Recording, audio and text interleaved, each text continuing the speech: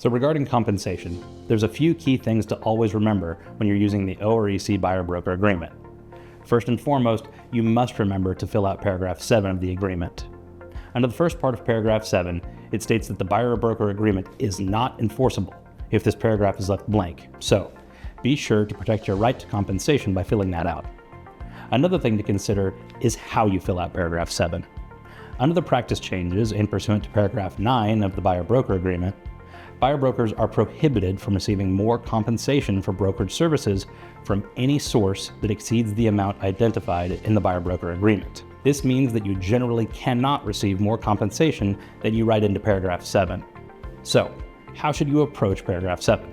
Well, personally, I think you should know and understand your value before you sign a buyer broker agreement, because if the buyer is not willing to amend the agreement at a later date, then you are capped by the compensation that's stated in paragraph 7. Moreover, you should be absolutely clear about how much compensation you're receiving.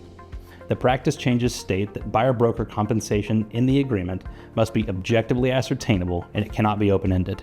We also need to talk about paragraph 9, which relates to compensation paid by the seller to a buyer's broker.